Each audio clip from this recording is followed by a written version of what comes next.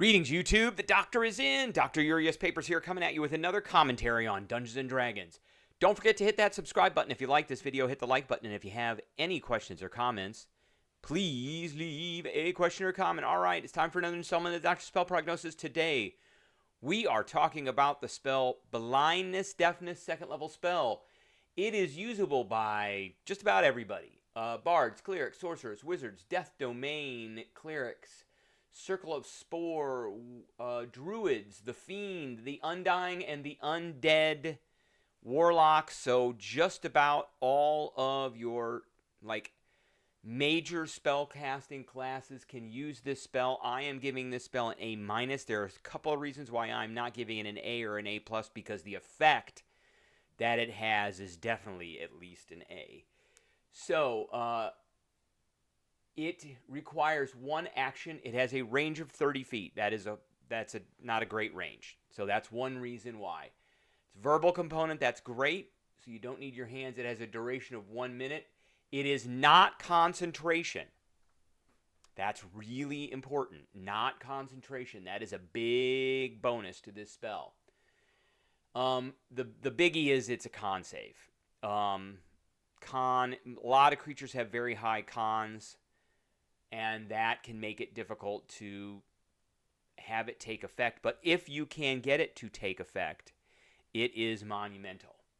So you can blind or deafen a foe. So blinding them, they can't see. They automatically fail on any ability check that requires sight. And attack rolls against the creature have advantage, and the creature's attack rolls have disadvantage. And they have to know where you are to be able to attack you as well. That's another thing that is great about the blind condition.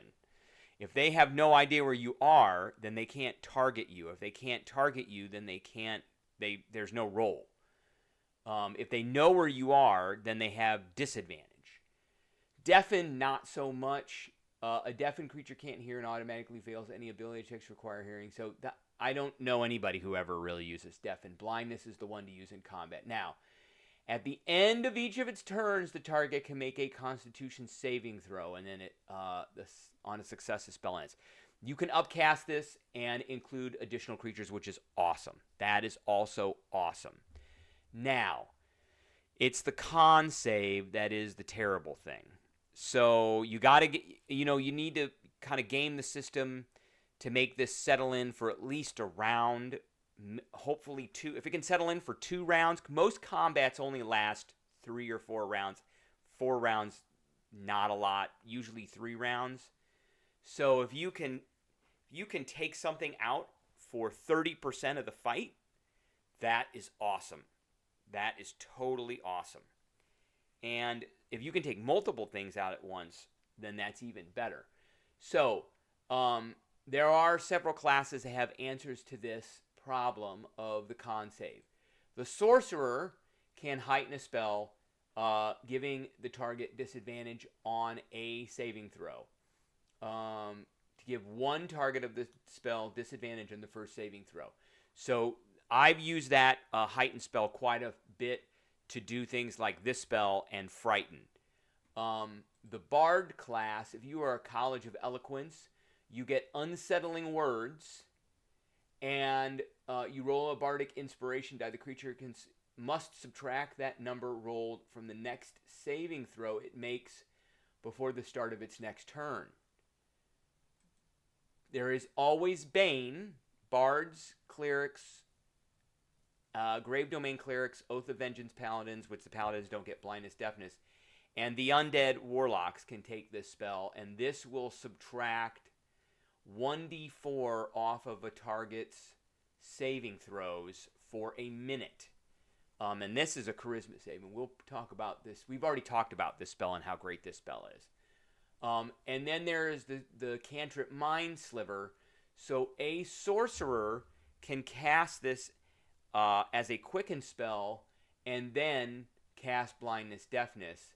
I would do that if you don't have any more heightened spells left.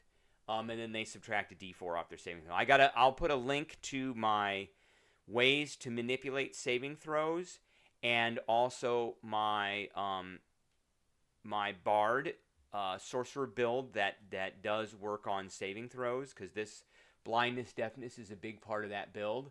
But this is a great spell. If you can blind them, they can't see. If they don't know exactly where you are, that is, they don't know what square you're in, they can't target you. If they can't target you, then they cannot attack you. If they know what square you're in, they can target you with an attack roll, but it's at disadvantage. So I think those are the most important things. All right, that's what I got for everybody today. I appreciate everybody tuning in, and I will catch everybody later.